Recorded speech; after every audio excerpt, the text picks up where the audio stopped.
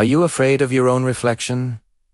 You will be. Tonight, we're re-pulling back the curtain on a place where your darkest fears stare right back at you. This is the story of the Mirror Room.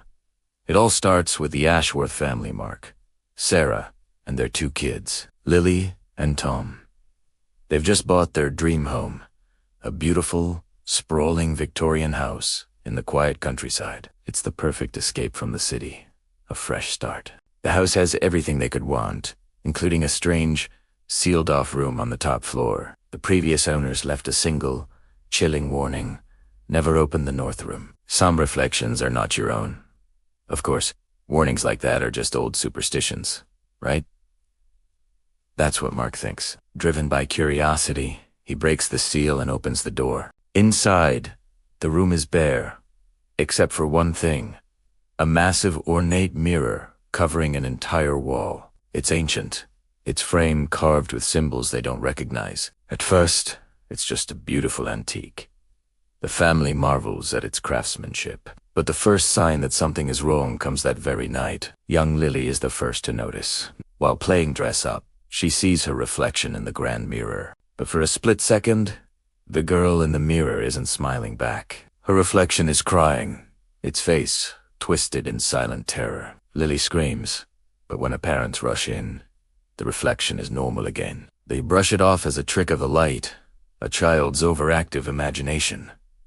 But they're wrong. The mirror has woken up, and it's hungry. Soon, the strange occurrences escalate. Tom starts having conversations with his new friend in Tamiror, a boy who looks just like him but with eyes that are unnervingly dark. Sarah sees fleeting movements in the reflection behind Hera's shadowy figure lurking just at the edge of her vision, gone before she can turn around. Mark, the pragmatist, tries to find a logical explanation. He checks the wiring, looks for drafts, and even measures the mirror, thinking it might be warped. But the house grows colder, and a sense of being constantly watched settles over them like a shroud.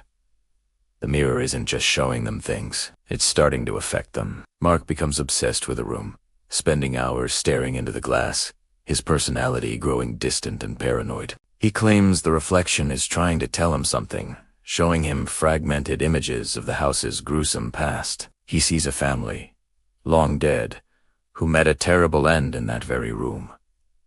The mirror, it seems, doesn't just reflect the present. It holds the echoes of every soul that has ever looked into it. Sarah, terrified for her family, begins digging into the history of the house. She contacts a local historian who tells her a terrifying legend. The mirror is known as the soul catcher.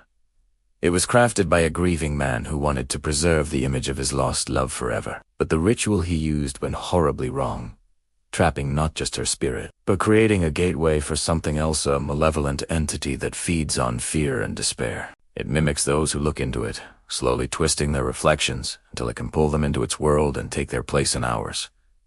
The entity in the mirror is getting stronger. It's no longer content with just showing them frightening images. It starts to manipulate the house itself. Doors slam shut, objects fly across the room, and whispers echo through the halls, calling their names. The reflections are becoming more distorted, more monstrous. Tom's reflection begins to smirk, its eyes glowing faintly in the dark. Sarah sees her own reflection with a cruel, malevolent grin its hand, reaching out as if to break through the glass. The line between reality and the mirror world is blurring. The climax arrives on a stormy night. The entity makes its move. Tom is lured into the mirror room, his reflection beckoning him closer. As he reaches out to touch the glass, a cold, spectral hand emerges from the mirror and grabs his wrist. The real Tom screams as his reflection begins to pull him through. Mark and Sarah burst in just in time. What they see is the stuff of nightmares.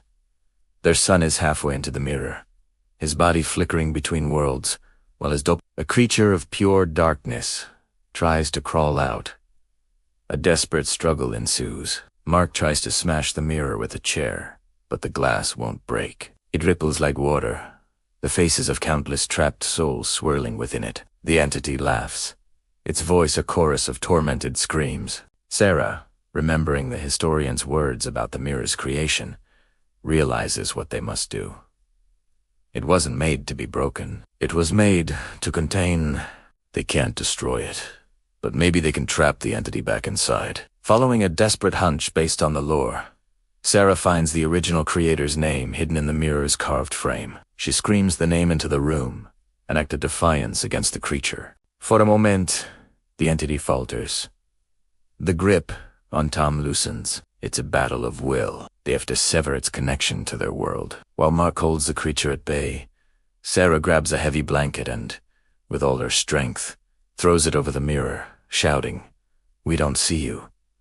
You have no power here." By breaking eye contact, by refusing to give it their fear, they starve the entity. The house shudders violently. The reflection of the room and the mirror twists and shatters into a million pieces, even though the physical glass remains intact. The hand holding Tom dissolves into black smoke, and he collapses back into the room, safe. The oppressive cold vanishes, and for the first time in weeks, the house is silent. They have won, but they are forever changed. They don't sell the house.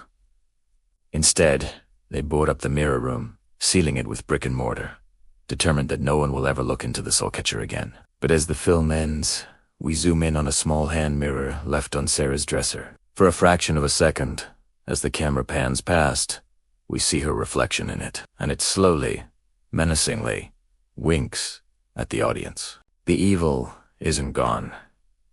It's just waiting for the next time someone dares to look. What did you think of that terrifying tale? The idea that our own reflection could be a gateway to something sinister is truly chilling. If you enjoyed this dive into the darkness, please hit that like button and subscribe for more horror stories. Let us know in the comments what you fear seeing in the mirror. Thanks for watching, and whatever you do, be careful what you see in the glass.